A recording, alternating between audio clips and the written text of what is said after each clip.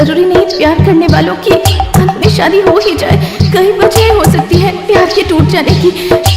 सच्चाई जाने बिना तुम ये सब कर रहे हो। उमेश, उमेश, किताबा, किताबा।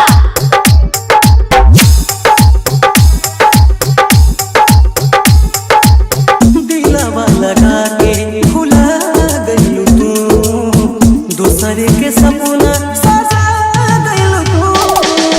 दिलवा लगा के भुला गइलू तू, दूसरे के सपना सजा गइलू तू। तोड़े पतवानी याद में तोहरा प्रीत के दामन छोड़ा गइलू तू। दिलवा लगा के भुला गइलू तू, दूसरे के सपना सजा गइलू तू। उमेश, उमेश, किताबा, किताबा।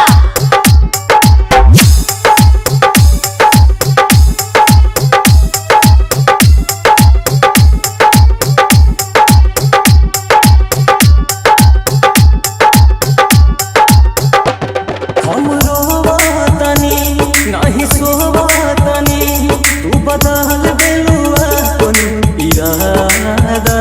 सजा देले बड़ू मजा ले बड़ू, ऐसन करबो ना सोचनी ए दादा। मार डालूंगी तुम्हें।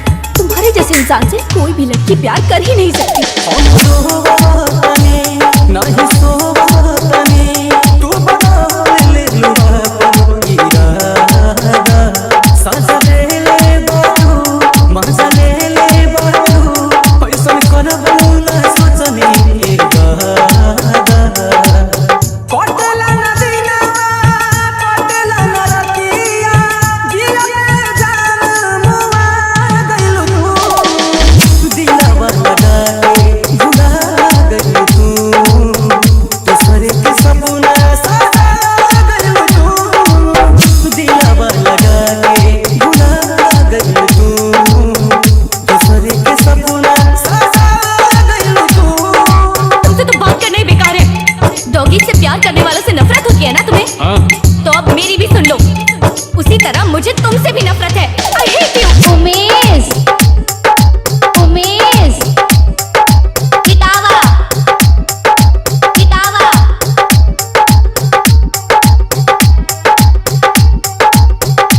लागल दिलवा पठेस बाटे पगला के भेस, तू तो बने गइलू हार्टलेस हो। वादा कइलू हजार नहीं भइलू हमार, तन्हा कैसे जी समरेस हो। तुम इंसान ही नहीं हो। तुम्हारे पास दिल नाम की चीज ही नहीं है। लागल दिलवा पठेस बाटे पगला के भेस, तू तो बने गइलू हार्टलेस हो।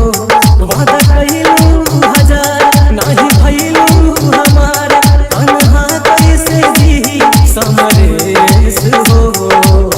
कइलू में बधाई मानो हर जाई, यारे आगे में जला गइलू तू। दिलवा लगा के भुला गइलू तू, दूसरे के सपना सजा गइलू तू। दिलवा लगा के भुला गइलू तू, दूसरे के